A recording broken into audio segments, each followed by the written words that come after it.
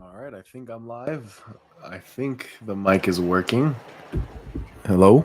Is this going on? Pretty sure it's working. So, yeah, sorry I'm late. Sorry I'm late. Didn't mean to be out as long as I was. Let's see. Sundays are usually my range days. So I go out to the range with some friends, um, try to practice, run some drills, and just go from there. So, hey, what's up, Rashad? Welcome back. Welcome in. I know that you submitted a question, right? Like on the community post. So I'm pulling that up right now. Yeah. Once again, I'm sorry I'm late. I was at the range. Yeah. Like Sundays are usually the day that I go, and I'm trying to just like get the most out of that membership. So let's see. All right. So I want to kind of check on any questions that came up. Yep. You had two questions. So we'll start out with yours. My top five anime. So my top five anime without any particular order. It's kind of rough. And so when you say anime, I'm going to stick to ones that actually had a good anime adaptation. Because obviously I would say Berserk.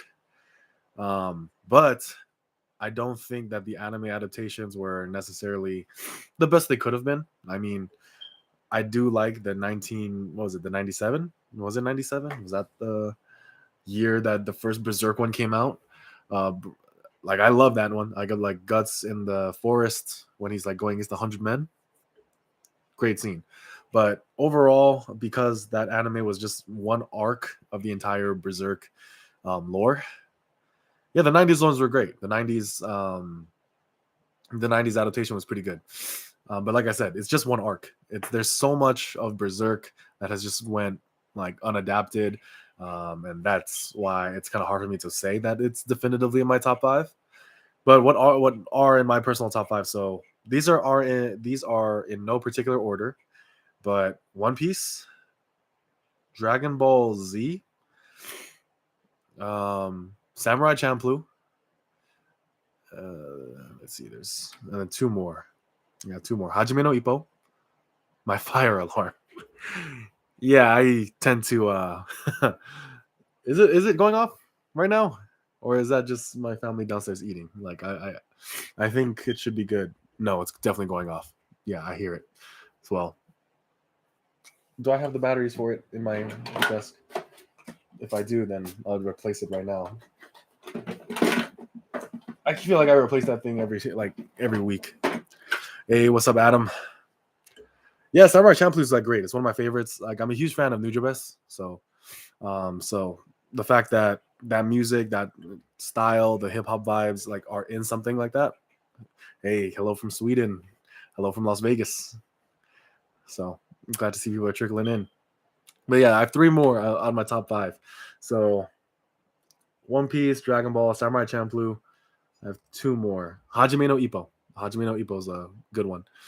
Yeah, I'm answering a question right now. This one is just my top five anime. So I went through four. My fifth one. If I just went off, if I just went off on what I would watch like multiple times, like there's only a couple anime that I've actually rewatched, and those are the ones that I'm mentioning right now. With the exception of Dragon Ball, that's a bit much. But I've watched Hajime no Ippo like three times. I've watched Samurai Champloo at least twice. Um, for my last one, I'm kind of torn between JoJo's Bizarre Adventure and Kuroko no Basket. Uh, I don't know if you guys know those two, but like, so when it comes to my anime top five animes, right? These I'm answering this purely off of what do I find the most entertaining, not necessarily what I think are the best quality. So if I were to just go based on quality, like I think it would be a kind of a different list. But if I'm just going off of my own personal favorite, yeah, Hajime no Ippo, great, great. I mean, like that's why I got into boxing, Hajime no Ippo. Like, so there's that there. I wonder here. There's something. Let me know if like I'm trying to figure out a couple things, right? Because I don't have access to that feature. I was using OBS at first. Hunter x Hunter, like I heard that one's good. I actually haven't watched it just because it doesn't really appeal to me, quite honestly.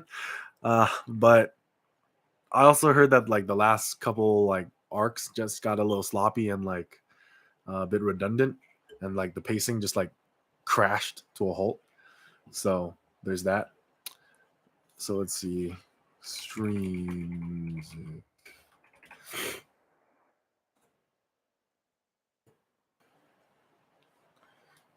Let's see.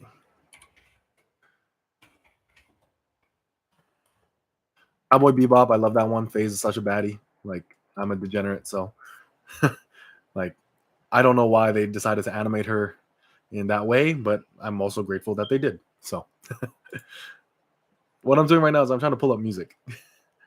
Uh I don't like if it's gonna work well. Hey, thanks for popping in. I appreciate you too. And I totally understand. Like I'm working almost all the time now, so there's that. Is this music distracting? Is it like so low quality audio that is actually like distracting, or is it like actually good? Like, can you guys hear it? Yeah, the jiggle physics were like they spend their entire anime budget on that, and they didn't have any reason to, quite honestly. But like I said, I'm not complaining. I'm just pointing out that they did. The music's not like going off or nothing. I mean, Alpha Destiny did have music in his, so let's see. I just don't know if I want it personally, but like I said, this is my first time doing it on YouTube directly. I usually use OBS, but it wasn't connecting today for some reason. Yeah, watch Cowboy Bebop, man. It's great. Like it's definitely up there for me. Like generally speaking, when it comes to like my friends, when we talk about animes from that era, it's either we say which one do you prefer, Cowboy Bebop or Samurai Champloo. Not necessarily because they're the same in quality, but they have like a lot of similarities between the two. But you can kind of get a grasp of the person's preferences and vibe um, based off which one they kind of prefer. So let's see. Am I allowed to use this in my stream? Like I know that you're allowed to use like individual tracks like during your streaming, but I'm literally just pulling up lo-fi hip hop radio beats to relax and study to. Like that's literally what I'm doing right now. Let's see. But let's go into some of the other questions. So Rashad, do you have any training recommendations during Ramadan? So and then Adam, I'll get to yours. Let me Is that a question you submitted somewhere else as well, or is that? Let's see. What are your opinions on a modified upper lower split 5 days a week? Let me just copy and paste that somewhere so that way I don't like lose it. Because I want to make sure that if someone like I want to make sure if someone like submits a question, I can actually answer it.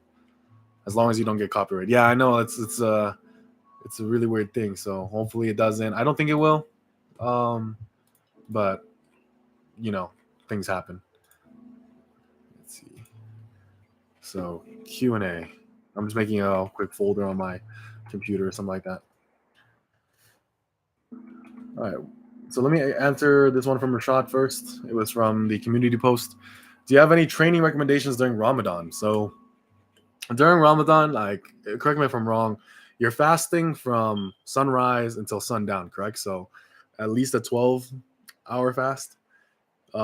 I personally don't think that this is too big of a cause for concern when it comes to like building muscle.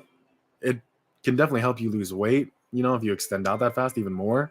But at the same time, like when it comes to building muscle, getting stronger, I don't think it's that big of a factor. Just make sure that you're hydrating when you can, of course. I think during Ramadan it's actually a bit more than just a food fast. You actually have to abstain from all like sustenance, right? So hydrate when you can. Like, yeah, no water at all. Okay, so hydrate when you can during that time where you are allowed to drink, and then if you find that you are strongest after a meal, then just time your workouts based on when you feel the strongest. Because like, there's certain people who they can like fast for anywhere between 12, 18, maybe even 24 hours and still hit a PR. Like I think Alex from Alpha Destiny did something similar to that a couple of years ago. So when something is humanly possible, that means it's at least like possible for you in some capacity. But what I mean by that is just like if one person can do it, there's a chance you can too. Now, if that isn't the case, let's say, for example, like you need to have a meal, then I know it might be inconvenient because of the timing of things, but then I would just work out after. But generally speaking, um, I think the most important thing is just not letting it get to you, quite honestly. Like, I know things are kind of different during that time, difficult during that time, or like as far as like resistance training goes and whatnot. But overall, like one thing I respect the most about like a lot of um, Muslims and like people who follow that religion is just how strongly they stick to their faith. So with that same attitude, that same energy, just carry that into your weightlifting and don't let it like follow you into the gym, and don't convince yourself that you're weaker than you are, hungrier than you are, and everything like that. Like, I'm not saying that it's all in the mind, but what I am saying is that you can definitely make it worse with your mind. So don't let it bother you too much, and just go from there. I hope that was helpful, because like one thing I should say is this: like, I am not the most well versed when it comes to like fasting literature and whatnot. So let's get into some of the questions from here. So let's go to Adam Mangione. So, what are your opinions on a modified upper lower split 5 days a week? I've been doing this for over 5 months now, and I really like it. I'm doing upper one, lower one, upper two, rest, upper three, lower two. So this is an interesting split, and like if you like it, I'm not going to disagree with you, because my thing is this: if your goal is hypertrophy, so many things are going to work, right? And then if your goal is strength, there's a lot of things that are going to work as well, but they might not work for as long and as reliably as other methods. So hypertrophy, I'm not saying that everything works for hypertrophy and everything and or whatnot, but what I am trying to say is that you definitely have more freedom when your goal is more hypertrophy focused. With that being said, upper, lower, upper, rest. What's that second upper day? Like, if I had to assume like your first upper day is like pretty light, or I mean, no, your first upper day is like a hard day. Upper two is pretty light, so maybe some dumbbell work, machine work, or maybe light barbell work, low volume, like staying far from failure. And then you have a rest day, and you go into upper three. Like, it's not a split that I would like recommend or make for another person by any means. But at the same time, you've been doing it for 5 months. You've been doing this for 5 months. It's a split that you can be consistent with. Are you progressing? If you're progressing, you're recovering, and you're being consistent with it, there's not much reason for me to just like shit on it. You know what I'm saying? Like, it's as long as you're making it work. Like Ed Cohen said this: like, it doesn't matter what you do as long as you make it work.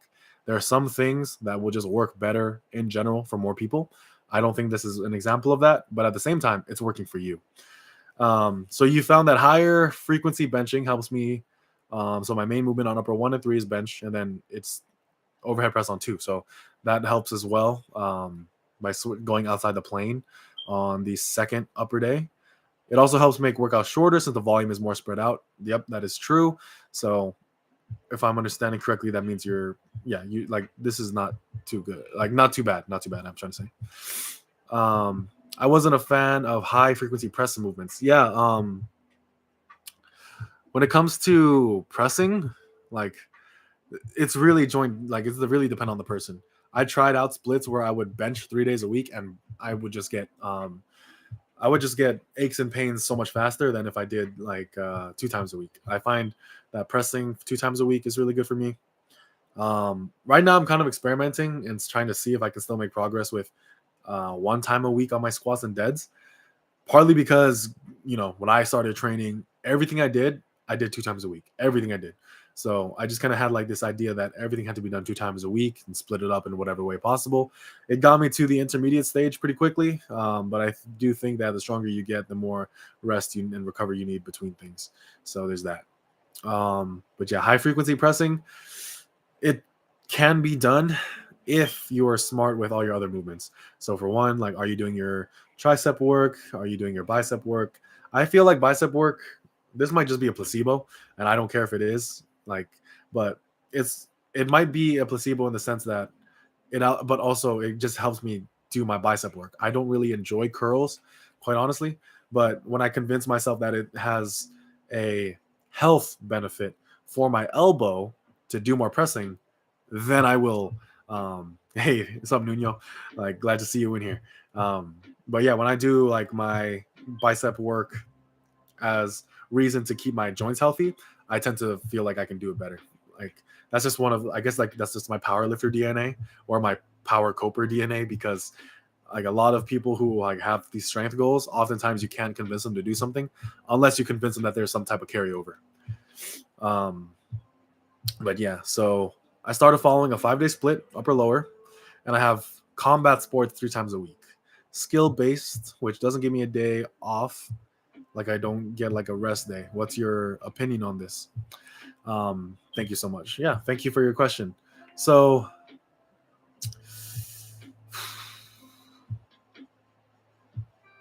how long have you been doing this? I personally don't see this lasting all that long.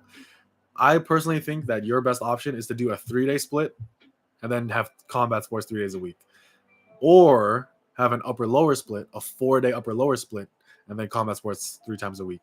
You have to remember that you only have one body, you only have one nervous system, you only have one system of recovery.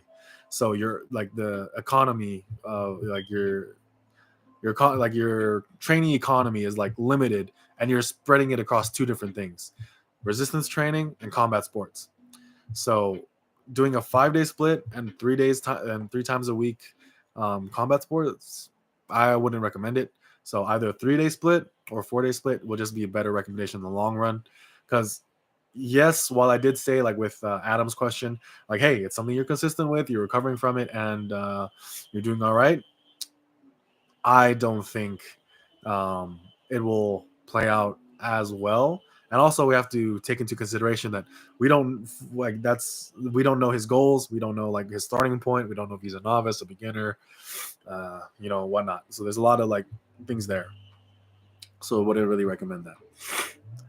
How's this split? Push, rest, pull, upper, rest, pull, rest. Not the biggest fan of it, but here's the thing. So it's push, pull, upper, pull. Are you doing like squats and bench on push day, then you rest, and then you do like a deadlift day, and then your upper day you do like it's like bench, overhead press, lat pull downs, and like stuff like that, but then you have a pull day again. So is this like a deadlift and bench specific program? Even if that is, I wouldn't really recommend it. So is that. What do you think of the bodybuilder style close grip bench as a primary chest builder? It is one of the exercises that have better carryover than the regular bench. It is always considered a tricep exercise. So close grip benching, one thing I will say about it is like there is a lot of evidence to say that the close grip bench is actually a really good upper pec developer, because your arms are closer into each other, so you can actually like feel that a bit better, or like contract a bit harder. I am not well versed in the science of biomechanics. I'm really not. So when it comes to that as a primary chest builder, yeah, I can definitely do it. The thing is, I feel like we definitely got stuck or confused as far as like variations, right? Just because you bias a certain muscle more, it doesn't necessarily mean that that's the one that's working harder than everything else. In a bench press, the chest still has to work hard regardless of what width of grip you're using. It's always going to work really hard. You're going to bias a certain muscle more in comparison to other variations of that lift. So let's say in a regular standard barbell bench press, right? Your chest is doing 60% of the work, then your shoulders are doing like, maybe 30% of the work, and then so that's the 90 now, right? And then your triceps is doing 10%, right? That's not what it actually is. I'm just throwing bullshit numbers out there. But if you do a close grip bench, you take some of that load off of other areas, and then now goes to the triceps. But the main movers are still the main movers. It's still the chest. So I wouldn't really be too concerned about that. And if you follow like a more concurrent, more west side, more conjugate style of training, you're going to be using a variation to build up your bench anyway. And the close grip is a great variation to do that with. Like if I had to choose like just the standard variation for most people, as far as like building their bench press, it would be a close grip bench, a high bar squat, and a Romanian deadlift or a stiff leg deadlift. If you did most of your volume work with those movements, because those movements are better at handling volume, then you'd be fine. Sorry, just burped. One more doubt I want to. Sorry, I need to drink something. Should have brought water. Here's a question for you guys, though. What's your favorite kind of Gatorade? If you say it's the white one, you don't have taste buds. Just kidding. But anyway, one more doubt. I want to increase my pull-ups. Could you help me on how I can achieve that? My max is like 4 right now, and because I stopped doing pull-ups for a year. I have a pull-up program on my website. It's an ebook. It should be like $5. And if you really can't afford $5 for an ebook, yeah, I'll send it to you. No problem. But yeah, that kind of outlines my general philosophy on like how to increase pull-ups, and it's literally what I've done and what I've used to like at different points of my training. So I'm about 260, 255-ish because I did lose some weight over the past couple of weeks. And I can still, for chin-ups, like if I'm, being a bit more speedy with it, not controlling the reps as much, I can still hit 8 to 10 at 250. So I think that's pretty good. And that's what I've done with it. Like that's how I've kind of built that up. So I would recommend getting that.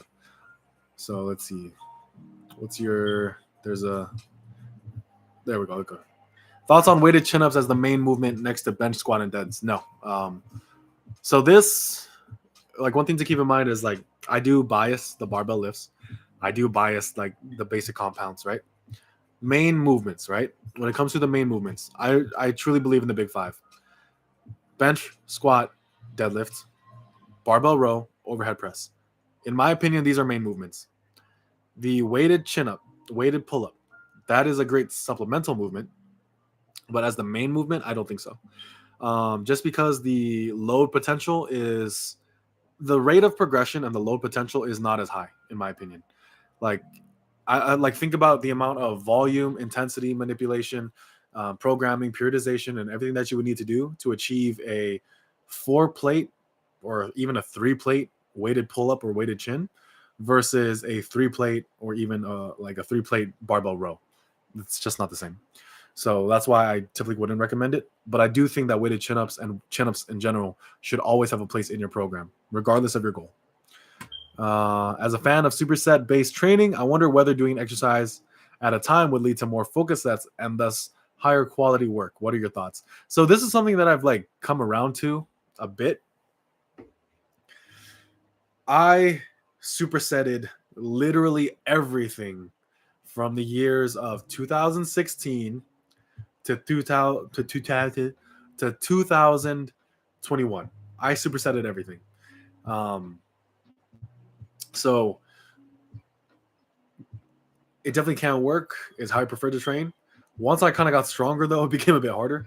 That's one thing I noticed. Like it was like, and with the exception of accessories, right? So with the exception of machine work, I superset all that. I giant set all that if I could. But when it comes to the main work, there's some supersets that I still do, but there's others that I don't do anymore. I don't do any supersets involving the deadlift. I don't ever do any supersets involving the squat. And of course, and the bench, it kind of varies. More recently, not so much. But when it comes to like dumbbell work, like let's say, like let me like lay out some of my favorite supersets. I love doing dips and chin-ups after my bench or something like that. I like doing dips and barbell curls. That's another good way of another good superset. Because one of my favorite ways to superset things is you do a like antagonistic supersets are king. There's no alternative to that in my opinion. But you can do antagonistic isolations and compounds. So let's say you do like pull-ups and tricep extensions, or lat pull-downs and tricep extensions, because in a lat pull-down, in a pull-up, your back and biceps are the main movers. What is an antagonistic muscle of the back and biceps? You could say your chest and triceps. Well, why don't you just do triceps? And then also, it tends to be really easy to set up in a gym. You can do tricep push-downs on a lat pull-down. But those are things that I usually stick to. When it comes to the main movers, like the big heavy stuff of the day, I do find that supersetting them is not the best way to go. Some exercises I just don't superset, or if I do superset them, it will be in the way that I mentioned. So for one, I used to superset dumbbell bench and dumbbell rows. I can't do that anymore, just because like after doing like the hundreds for sets of 8 to 12, like yeah, I'm pretty spent, and then having to row them like mentally, just kind of like I'm already fatigued and like cardiovascularly maybe a little bit, but yeah, there's that. So what I'll do instead is I'll do dumbbell bench and barbell bicep curls. It's much easier to manage, and I still get to do a superset. I still get to cut down on my overall time in the gym, but because they're different enough, the quality of the work is still high. So what are your opinions on suka carries for oblique development? Dude, I don't train abs. I don't train abs, dude. If I were to do something for oblique development, I would do a suitcase carry though, but it's just not something I do right now. So my opinion on suitcase carries for oblique development, it's good. There are much better videos out there as far as like obliques and everything like that, and I think the best place to look for that is Brian Alsruh. So he has at least 3 different ab exercise videos that you can look into. Watch that. Like that's where I would go. What are your thoughts on the value of the unconventional lifts seen on Alpha Destiny Eric Bugenhagen's channel, especially when running a full body 3 times a week? So I don't know if Alpha Destiny still does those odd lifts. Eric Bugenhagen still does, but here's the thing. Those are lifts that you do for fun. Those are lifts that you can still push progression on, that you can still do heavy, that you can still do all those things, right? But they add spice to the program and everything like that. Will they build muscle? Yeah. Will they build strength? Yes. So are they overall good? 100%. But my concern, or my initial thought, whenever I hear someone say like, what are your thoughts on the unconventional lifts? It usually kind of has an implication or an angle like, well, does it carry over to the main lifts? And sometimes they can, sometimes they don't. But at the same time, it's like, is it just a waste of time? No. If you're lifting something heavy, it's never a waste of time. Like even with something like junk volume doesn't mean that you get no gains. It just means that you get a lot less than you would have, or you're putting in a lot more than what you're getting out. So overall, it's pretty good. And I don't think it really changes much whether you're running a full body 3 times a week or an upper lower or another tripod split. Do squats build my hamstrings? No. The hamstrings are not really involved in it. So I wouldn't rely on squats to build your hamstrings. My palm was injured last month, so I got nothing to do but Smolov Jr., and my hamstring seems to start to grow. Damn, my body go against science. So you're aware, but here's the thing. The hamstrings are involved in a squat to a very minimal degree. The stronger you get, the less involved they'll become as far as the main mover goes. This is starting to sound kind of stupid. But anyway, what I'm trying to say is this. You can't rely on the squat to build your hamstrings for the long term. There are body weight hamstring exercises that you can do. They might not be the best, but it's better than a squat. So the Rebler, I am 17, 5'7", and I weigh 150. I've been working out for 5 months on and off. I started at 165 and now look skinny fat. Any tips on what I should be doing? I'm eating around maintenance right now. So this is my advice. You are young.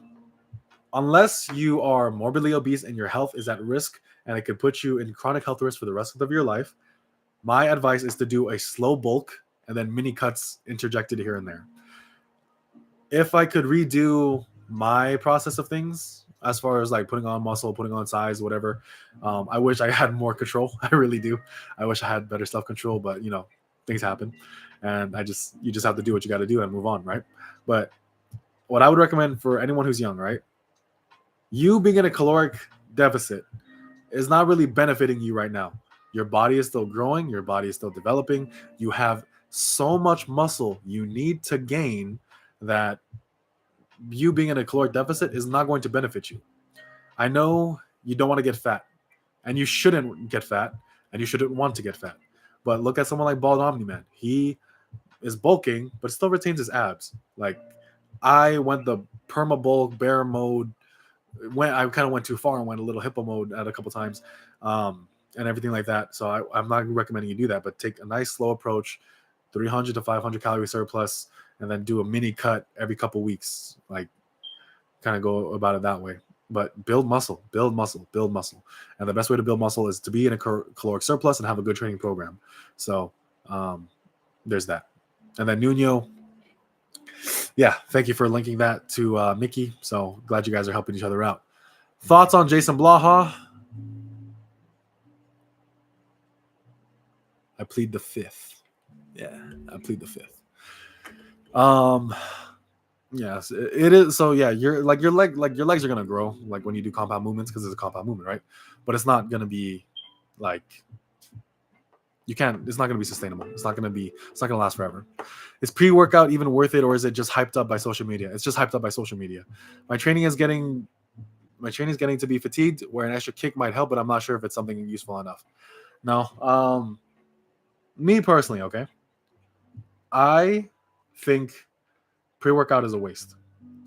For one, don't trust your feelings. Like, there are times where you'll go into the gym and feel like shit, but lift a PR. That's happened to me more than enough times for me to recognize that to be the case.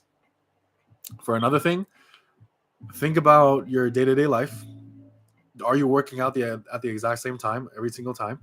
Because let's say, for example, like you couldn't get to the gym until into the evening, and then you take a pre-workout and now you can't sleep, and then you fuck up your recovery just because you wanted to get something, like you wanted to be a little bit more hyped up in the gym. No, hype doesn't always carry over into better performance.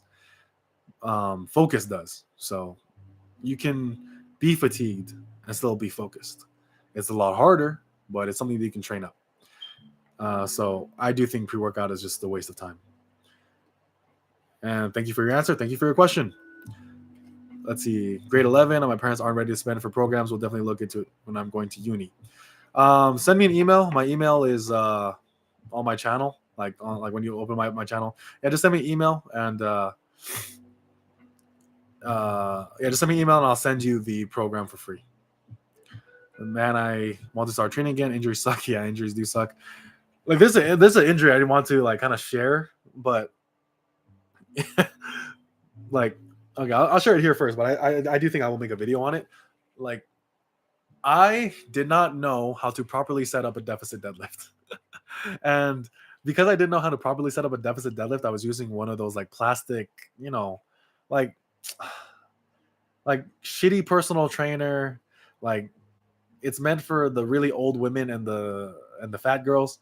Like, and I'm a fat guy, so like I'm not saying that in a derogatory way, but you know what I'm saying, right? That like the really weird personal training, like little platform thing that you jump on because it's meant to be like a build up for plyometrics or something like that. You know that one, right? I set up to do deficit deadlifts on that, and I felt a really bad tweak in my back, even though I had a belt.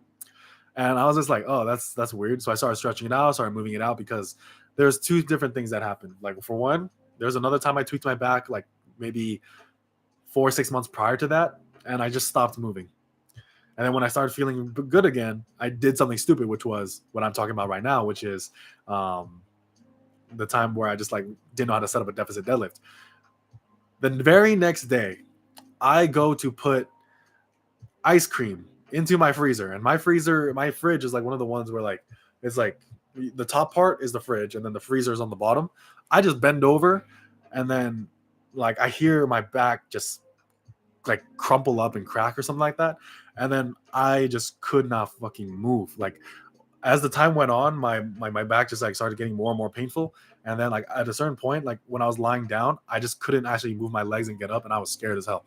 I actually had to call a friend, and he had to like help me pick me up out of bed because my parents are kind of old, so they weren't able to like lift me up because I'm a heavy guy. So yeah, we had to go to ER. They had to give me a shit ton of muscle relaxers and stuff like that. I couldn't stand up on my own until around 10 p.m. that night, and the time where like that injury kind of happened was like at around noon. So yeah, that was a really interesting day. So injuries do suck. Best intermediate PB program. I'm thinking power building is what you mean here. Grayskull, linear, pure. Shit, allergies. Sorry. Anyway, I should get one of those air purifiers or something. All right, best intermediate power building program: Grayscale LP or Texas Method for intermediates. Texas Method is definitely more intermediate than what it's meant to be the progression of, which is starting strength. But even then, I don't really recommend it. I would recommend something more like Naturally Enhanced by Alex from Alpha Destiny. I know it's behind a $50 paywall, so there's a lot of programs I make for free on my channel. Any one of those like are a good place to start, and just add things over time. Like, my programs are not meant to be the end all be all. They're meant to give you an insight into my philosophy of training, but all at the same time give you a base to kind of add things to, like things that are compatible versus not compatible, or things of that nature, right?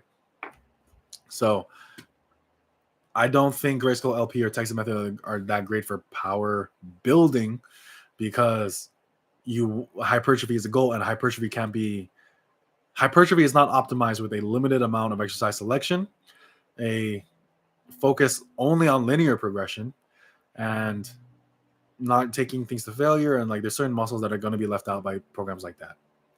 Do you think creatine does anything? Yes, creatine is one of the best researched supplements out there, and it's the one that just been shown to work the most. So out of all the supplements that actually do something tangible and measurable, creatine, caffeine, and sleep, vitamin D maybe, those are the only ones I can think of off the top of my head. But I know creatine and sleep, creatine and caffeine for sure. Those ones do work. Now, the reason why I'm not the biggest fan of using caffeine is just because, sleep is really important.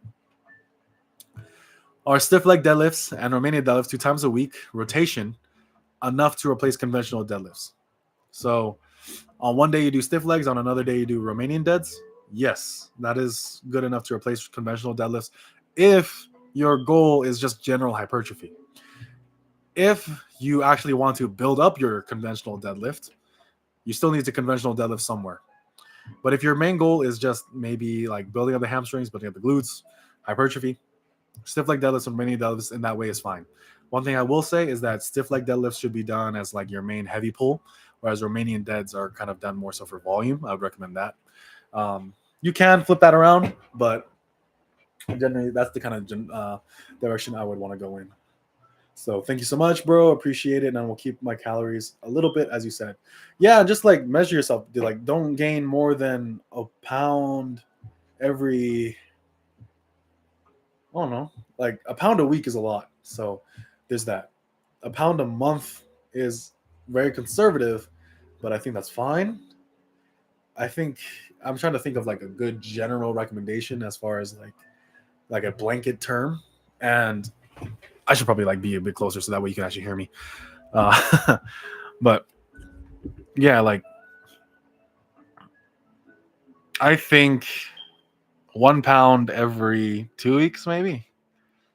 Like, I know that's like very hard to measure, but like just averages, like average it out. At this point, I think all of my PRs come from when I'm feeling beat as fuck. Dude, I'm not gonna lie to you. The first time I hit a 500-pound deadlift, I was having the shittiest day of my life. Like, some drama was happening at work. Some other stressful situations were involving like some like friendships and personal relationships. And then I go into the gym, and this old dude. He was actually a professional bodybuilder back in the day. I don't remember his name. I don't think he won any like big championships, but he was a professional bodybuilder. And he started talking to me about Jesus. And I was so like, I have nothing against religion. I have nothing against Christianity. I have nothing against that, right? But I was like, dude, I'm trying to work out right now. And then like after talking to me for at least like 5 to 8 minutes, I was like, yeah, I should probably pull this. So I just go to the platform, lift my top set for the day, and then he comes back to me and says, hey man, that moved really light. Why don't you try going a bit heavier? I said, no, this is my top set for the day. I was like, why? You're so far away from failure. Like, it didn't even look hard. And I was like, you sure? Like, all right, I'll give it a try. So I put 505 on and got it up, and I was like, damn. The Lord works wonders. So yeah, I hit that PR for Jesus. So I'm thankful for that. So what muscles do you personally get the most DOMs in? For me, it tends to be my lower back and upper back, which is really interesting because I actually train my back every single training day. Like, that's probably why. I mean, but at the same time, you would think that because I train it so frequently, it would be the most fatigue resistant. But no, my back is the muscle that gets sore the most. Hamstrings and adductors are nearly immobilizing for me. Like, any tips on combating soreness? Moving around, walking more frequently. That's the biggest thing. Like blood flow. So let's say, for example, I do have a sore back. I'll get on the rower machine or like that battle bike kind of thing, just to get some blood flow in the area. That tends to help. And then take a cold shower or contrast showers. Those are good methods I like. Yeah, pre-workout once, didn't feel anything. Yeah, just here's my thing. If you really want to feel like you have a shit ton of energy throughout the day, have a good sleep schedule and have a good diet. And then on top of that, cardio. Like, oh my god, the best time of my life, like as far as like energy wise, like not feeling tired and feeling tired when I was supposed to, falling asleep easier and everything like that, was when I had my best cardio.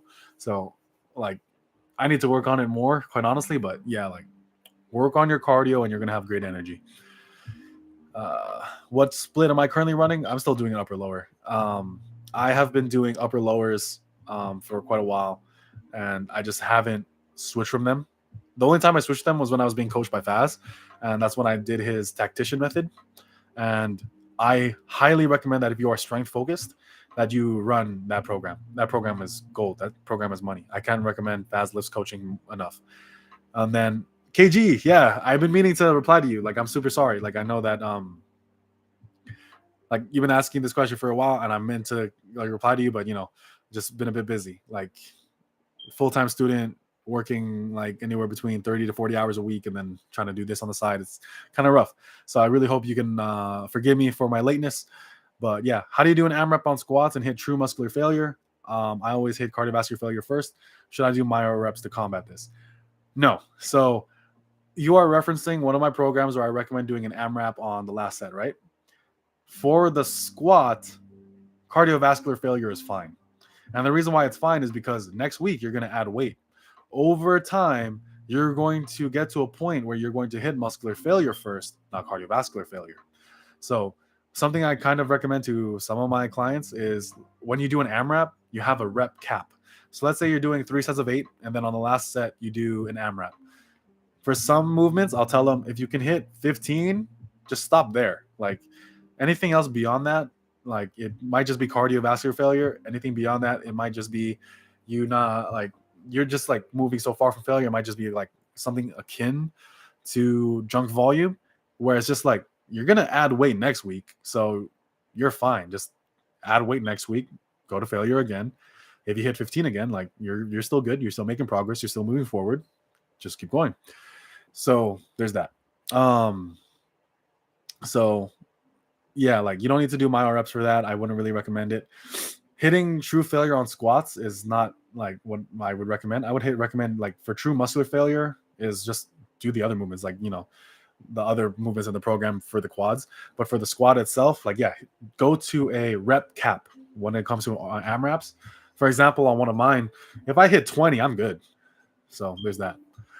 No question, but I wanted to thank you sincerely for. I hope you don't mind me reading this out loud.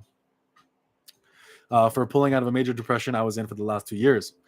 I found your video on Reddit PPL and tried your hypertrophy novice program. It got me out of the slump, and I'm currently the lightest and happiest I've ever been. Thank you so much, bud. Keep up the great content. Hey, thank you so much, man. I really do appreciate that, and that's really the intention of my channel, quite honestly. Like when I like, the name of my channel is Stand Strength, right? I don't consider myself to be the strongest guy, but the purpose of strength is not to be stronger than other people. It's to be stronger than yourself. So if you feel lighter, happier, if you feel better about yourself, like, that's the intention of the channel. Strength is a process. Strength is it's not a result. Like, first, like, we like to think of strength as a result because of, if you think of something as like strength training, right? You're training for the adaptation of strength. But for me, more so, strength is it's kind of like running water. Like, running water doesn't get stale. Running water always move forward. Running water like moves around things and it keeps flowing, right? That's really like how I want to think about it. It's a state of being that's fluid and that can carry you through whatever it is you're going through. So I'm really glad that I was able to help in some way. But also I want you to recognize that even if I was able to help in some way, you helped yourself a significant amount. So don't detract your own accomplishment for you pulling yourself out of that slump as well. So keep that in mind. Let's see. I think there's a question I missed actually. I had a question about cold versus hot showers. Might sound dumb, but please correct me. Shouldn't hot showers be better for recovery compared to cold showers, or am I completely wrong? So here's the thing. Hot showers will increase blood flow. Cold showers will decrease blood flow. Hot showers will like cold showers will help with inflammation, where and there's like a couple different things with it. That's why I kind of represent like contrasts. There are some other there's some proteins that only get released in your body when your body's hot, but I don't think it really works in a shower. Like you need to be in a sauna for it. But that's some giga brain stuff, as Balami Man would say. But yeah, there's other better channels as far as like going about these things, quite honestly. And yeah, like cold showers, I just find that they're better for my energy. They help me fall asleep faster. I do find that with a contrast shower, like it just works well. So I wish I could give you a bit more of an answer on that, but I'm not an expert on that and most things. So I'm not an expert. Let's see. What's your opinion on supersetting lateral raise with my big compound warm-up set? I'm not too fond of it. Not because I think that it's going to impact your performance in any meaningful way, but it just seems kind of inconvenient. So there's that. But and also like here's my thing. So it's part of a warm-up, right? I can't really think of how a lateral raise is going to carry over into any of the big compounds. Like even the overhead press, like I would just warm up. If you're going to warm up that big compound movement, you want to involve the big compound movement, maybe some antagonistic work, but the lateral raise is not really antagonistic to anything else. I hurt my front delt on bench 2 months ago. I took a week off and went back to benching light and correcting form. My bench number is even higher now, but my front delt still hurts. Any suggestions? How much vertical pulling do you do? What kind of vertical pulling do you do? Do you do any vertical pressing? Those are my 3 questions. So how much vertical pulling do you do?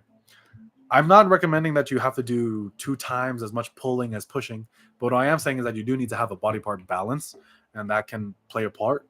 Then the next thing is what kind.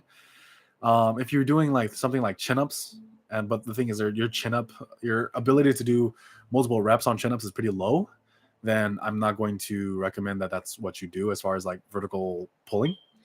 And then finally, do you do overhead pressing? So I really do find value in the seated barbell overhead press and seated dumbbell overhead press without any back support. They helped my shoulders out quite a lot because I had very similar things because of like wrestling and boxing. If I am performing an AMRAP at the last set of a heavy compound, like bench squat, he typed half of his question and then the rest is here. At the last set I come like squat and bench with a cap of 10 and the first sets are 5 reps. Aren't these sets less hypertrophic? Yeah. So here's the thing. This is why intention is super important, because there's a lot of different ways to get things done, and you're still going to grow. So even if you do like, let's say you're doing something like linear progression and you do like 3x5 or 5x5 and then you do an AMRAP on the last set. Yes, those previous sets are less hypertrophic in comparison to the final set, but they still contribute to your overall hypertrophy. And we know that there are examples of people who literally do only one hard set and they still make great gains. So I think some people worry too much about certain things, and that's one thing that kind of gets in the way. Because here's the thing: there's no such thing as a magic progression. There's like the magic is progression. So you want to make sure that you're just able to progress. Whatever form that takes, it's fine. So with the RPE cap, I would like let's say with 5s, I would actually go like 10 is fine, but the thing is like this: you hit more than 5, add weight next time, and then like we can no longer hit more than 5 on the last set, drop down to a different rep range, because that's very good for linear periodization, and that's really good for strength. Might not be the best for hypertrophy, but you're still gonna grow from it. Even if it's not the best for hypertrophy, it doesn't mean that hypertrophy is not going to occur. So that's why I said intention is super important. Because if your intention is hypertrophy, there are better things you could be doing than trying to do like a 3x5 and a 5x5 and an AMRAP on the last set. There are just better things that you could be doing with your time. So there's that. But if it's strength, then it's kind of different. The biggest hurdle for me was coming back to lifting after losing all my strength during my 2-year break. Yeah, it's hard, man. Like I definitely relate to this with weight loss. I used to be 180 pounds. So like if I could choose my ideal weight right now, it'd be around like 240. Because I do kind of like being big. Like as far as like lifestyle goes and everything like that, I think that 240 is really maintainable, and like also for this level of strength I want to achieve, I think 240 is a good place to be. With that being said, it's kind of hard to diet when you let's say for example you climbed a big ass mountain and then for whatever reason you had to do it again. It's not necessarily that it gets easier. If anything, it's kind of harder because you kind of tell yourself like, man, I've already done this once. Why do I have to do it again? So I totally relate to that. I think that's one of the hurdles with a lot of weight loss. Like when someone regains the weight, because they kind of get it ingrained into their head, like, oh, I'm not meant to be at that weight. I'm not meant to be healthy. I'm not meant to do this. I'm not meant to be strong. And it's kind of easy to talk yourself into that. And you start like believing yourself to be less than what you could be. So there's that. So I totally relate to that. I totally understand. But yeah, you lifted yourself out of that. And like whatever help I was able to give, I'm really grateful that I was able to do that. But like, congratulations to you, man. Great stuff. All right. So how can I get in touch with you for the pull-up program? Email. So just send me an email. I'll reply to it as soon as possible, and I'll send you a copy. And then don't worry about sending me money. So thank you. Though I'm a beginner, because of your channel, I'm more skeptical to programs I see and try to create. There is not a perfect program for gains. Consistency is key. Yeah, there's no perfect program. There's some programs are better than others, but the thing is, like, a program is only as good as the intentions behind it and how clear those intentions are. So this is why I feel like some people give bodybuilding a bad name and powerlifting a bad name. It's because if you have someone who cares only about hypertrophy and they run a powerlifting program, it's a shit program. And then now it gets thrown into the mix of reviews for that program. And then now it's not what it's intended to be.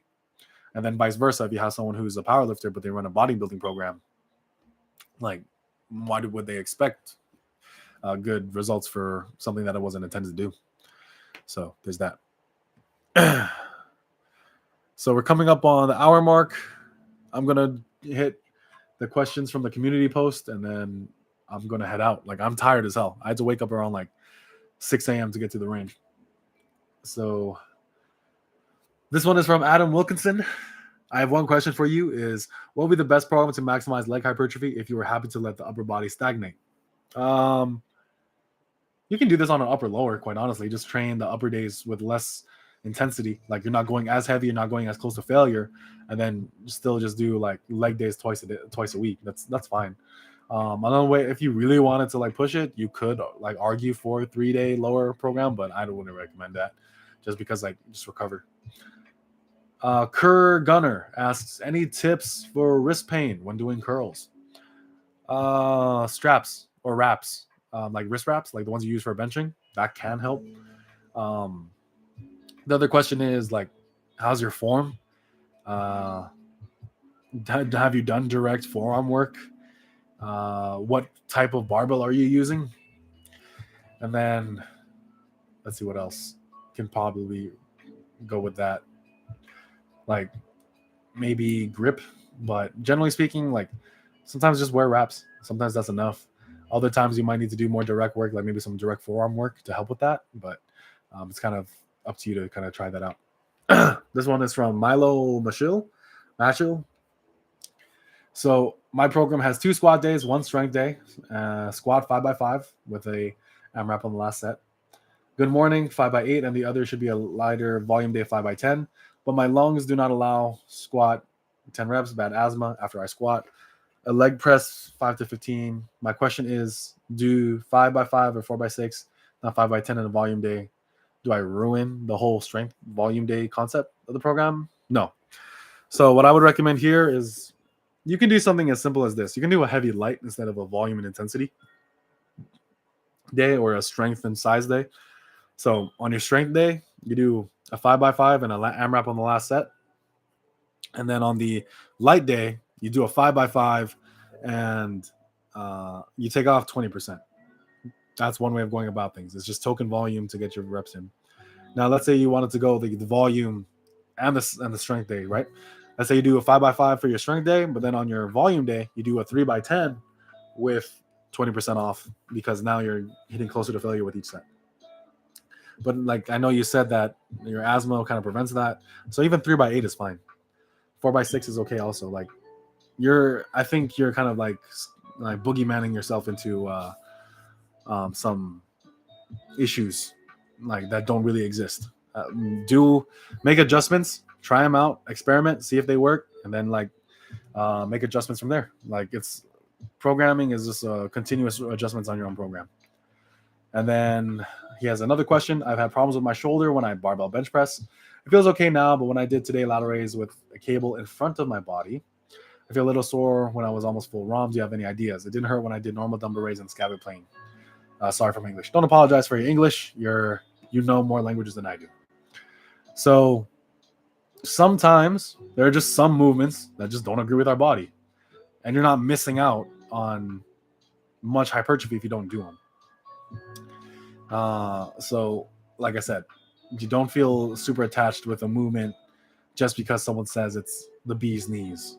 Like if you like, almost all my lateral raises are done with a dumbbell because the machine and the cables just don't agree with me. So that's it for the community post. I think there was a couple on Instagram, and then I see yours, Rashad. So I'm gonna get to that one next. Let me just pull up the ones on Instagram real quick. All right. Okay. So it looks like it was just one question on Instagram, so I'm about done. All right. Do you have any recommendation for subbing the lat pull down, superset, the tricep extensions? Just my gym gets pretty busy, and this superset may not be always possible.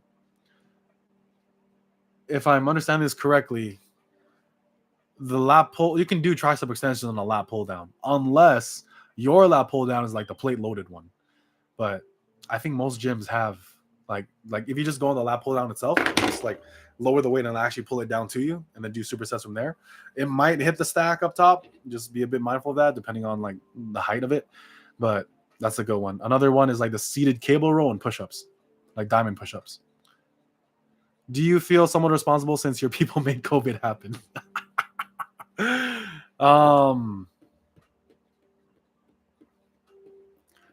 I'm too tired to think of a funny joke. So whatever.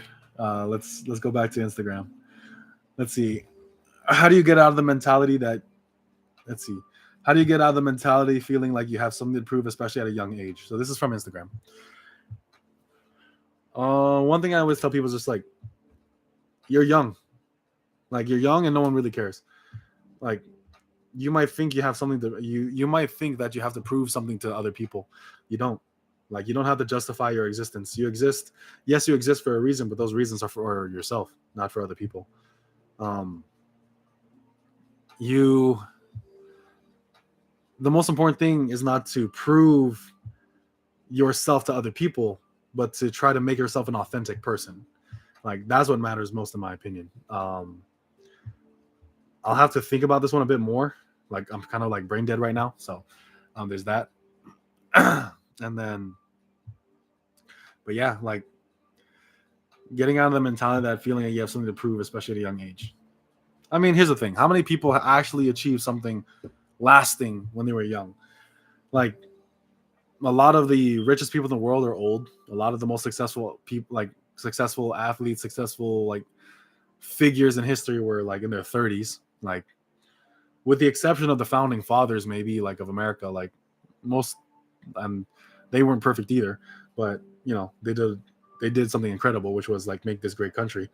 A lot of them weren't that young; they were relatively old. So I would really just remind yourself that, like, why are you in a rush to achieve something great? Greatness is not something that you achieve like accidentally. And let's see. Greatness is not something that you achieve accidentally. It's not something that you achieve overnight. It's built up over a long length of time. So there's that. What is the consequence of lacking exercise variation? I really hate leg press. Well, I mean, exercise variation takes on many forms. And that is, let's see, like, there's a lot of different types of squats, right? A lot of different types of squats. There's a lot of different types of leg presses. You can do high bar squat, front squat, low bar squat, like box squat, hack squats, like on a Smith machine, or if you have the machine. And then you have other things like, of course, the leg press, single leg press, lunges, Bulgarian split squats, leg extensions. And then there's that, right? So those are all like things that you can do to make up for exercise variation. So if you hate the leg press, you have so many other options. So there's that. And then, should I pause doing dips? I don't think so. I don't think that there's like that big of a benefit to doing this. So yeah, I would. You can, if like I'm trying to think. While I don't think it's necessary, I like, depending on the health of your shoulders and how much they can handle, it just kind of depends. So there's that. Let's see. Love squat to death, by the way. Yeah, that's fine. Some people that do exclusively nothing but squats, so that's an option. To help my pause bench. No, if you want to help your pause bench, just pause bench. Like, doing dips. Dips are a great movement. They have a shit ton of carryover to your bench press, but they don't necessarily. It's not necessarily to carry over in that way. If you want to build up your pause bench, you pause bench. Thoughts on my pull day: deadlift 4x5. If no deadlift, Smith machine rows, pull-ups, easy barbell curls, and cable row and hammer curl.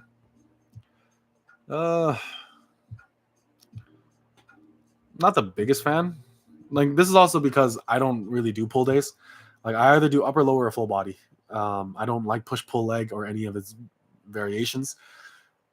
Like, I can understand it from a point of view that the workouts are like not necessarily all that long and you get like work done, but it's not my favorite way to train, so I don't really program for it. But at the same time, I don't know, I would cut down the sets by like 3 sets for most of these exercises, and just kind of go from there. And then you can do something like 1 to 3 sets of 5 on deadlift, so you can actually add a progression scheme to it.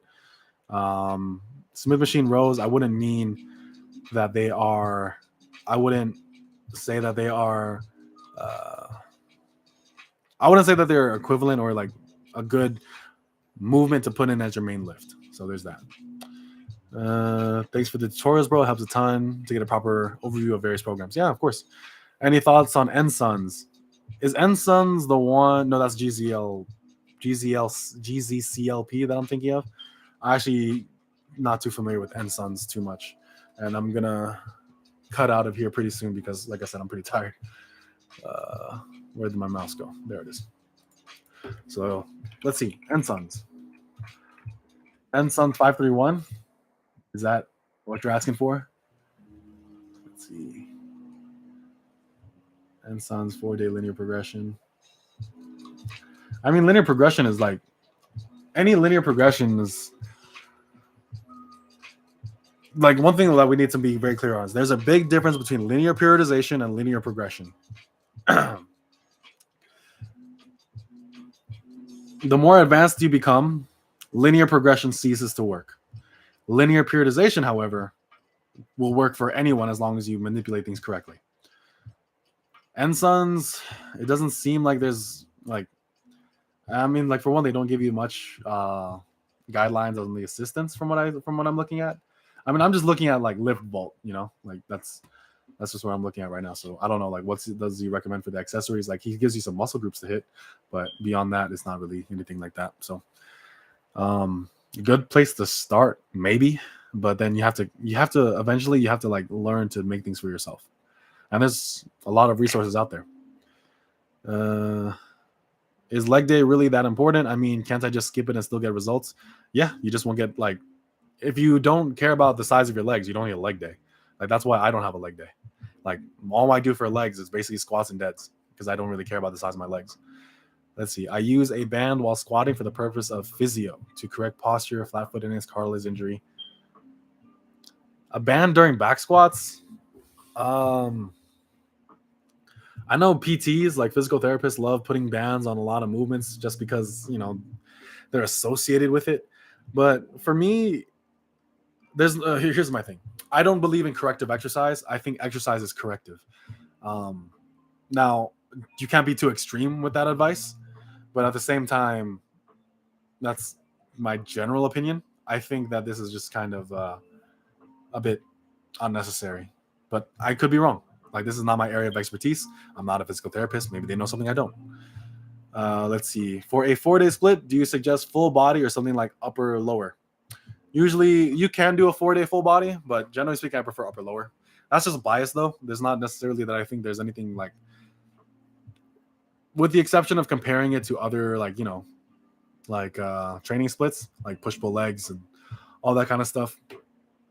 There's not too big of a difference. But yeah, I prefer either full body 4 days a week or upper lower 4 days a week. What would be the biggest difference between hypertrophy work and strength work regarding the number of reps and sets of an exercise? So with strength work, let me turn off the music so I can like focus on this one. Yeah. With strength work, you can do more sets of lower reps further from failure and still expect to progress and add strength over time. With hypertrophy work, you want to be closer to failure per set, meaning you can't do too many sets. If you hit failure at 12 reps and then you use the same weight on the subsequent set, you will not be able to hit 12 if you really hit failure on that first set. So that's one difference there. Another difference, and I need to flesh this out a bit more, is when it comes to strength training, right? You are trying to add load week to week, like month to month. Like, you want to add load over time. When it comes to hypertrophy work, you're just trying to add load when possible and when necessary. So there's a big difference between those two things. And like I said, I'm gonna make a full video kind of like breaking down that dichotomy, but that's kind of how you want to think about it.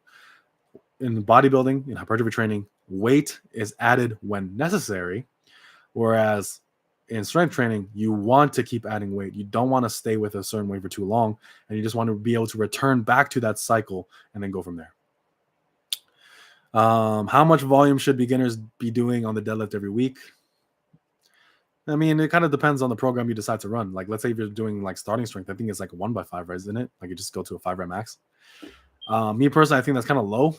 I think that the deadlift does benefit from volume. I think you do something like 1 set of 5 and then a 3x3 right after. That's fine. You can do 1 to 3 sets of 5.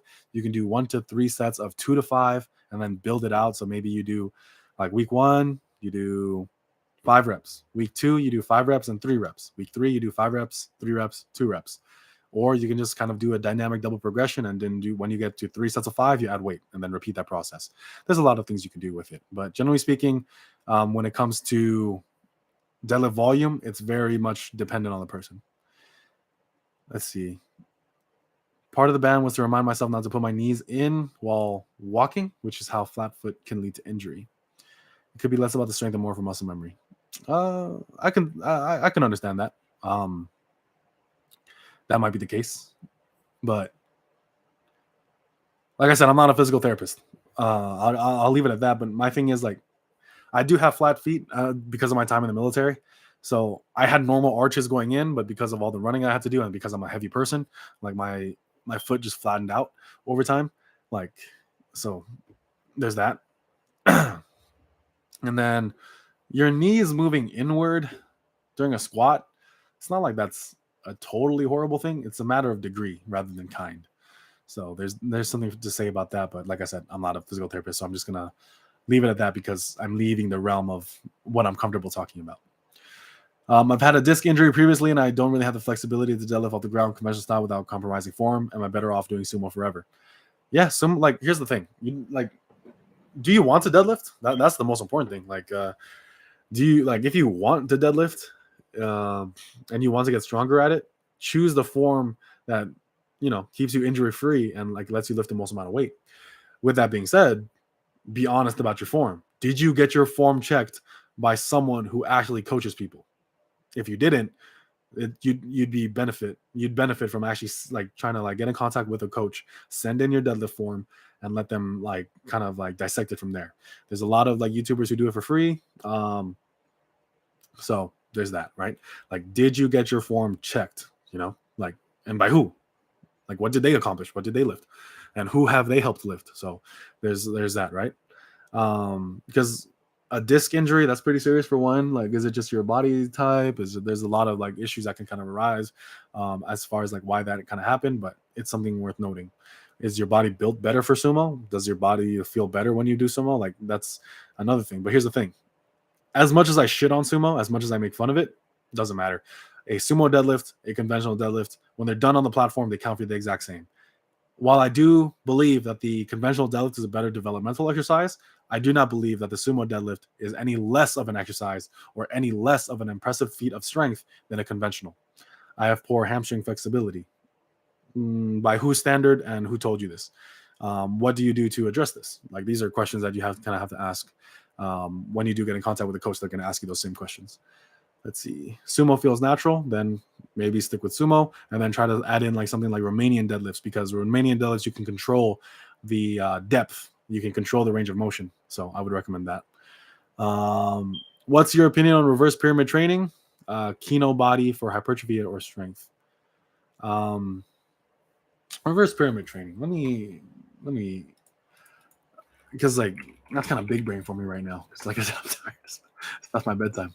Let's see. Reverse pyramid training. Is that just top set, back off sets? Because there's so many things that have the same name and then just are advertised to be something different. Yeah, it's just a top set and back off set, but then you don't do straight sets. So okay, this is a great way of training. It works. There's so many things that work that we get caught up in comparing things which work better. But really, it's just one thing I kind of got over or started thinking about is what works better changes over time. And I am grateful that there's so many things that work, because there's so many things that I can try out, experiment, and move on when something stops working. Let's say, for example, straight sets stop working. You can go to reverse pyramid training. Linear periodization stops working. You can do conjugate. You can do concurrent. A lot of things work. Sometimes it's just a matter of being comfortable with making the change. Oftentimes we get kind of caught up in thinking to ourselves that we can just do one thing for the rest of our lives. No, things do have to change. So yeah, no problem, Aditya. I really want to put respect on your name and not mess it up. But yeah, good luck with school, and thank you for watching. Thank you for joining us. So yeah, I think that's it for me. I'll answer this last one by Gaurav. Is 7 exercises per workout too much? 4 to 5 compounds and 2 to 3 isolations. That's a bit much. When it comes to compounds, I recommend 3, maybe 4 at most. So there's that. And then Joe, Jojo, just because your name is Jojo, like Jojo's Bizarre Adventure, and also because your name reminds me of another YouTuber I used to watch back in the day, I'm going to answer your question. Did you notice a big difference in your performance based on diet? Hell yeah, dude. Hell yeah. I tend to be weaker if I go to the gym only after a light meal in the morning. This varies from person to person, but definitely if I the healthier I eat, the better I feel in the gym. The more space I actually have between my workout and my meal, I actually do better. So if I eat before working out, I need more time. sometimes I'm just better off like just going to the gym, working out, and then having a big meal after. Close grip bench for novices, yes. So thank you guys for joining me on my first live Q&A. Many more to come. A lot of training questions, which I don't mind, but if you do want to like ask other questions, like that's available also. So that's it for this Q&A. Thank you so much for watching. My name is karelstandstrength.com.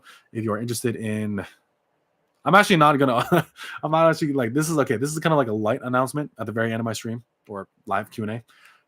I've been thinking about not offering coaching services while I'm in university, while I was during like, like the semester. So take that for what it is.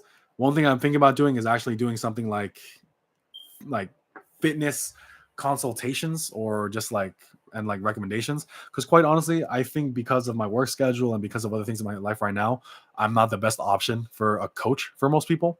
I do trust my ability to be a good coach, but at the same time, like I don't have the time for it.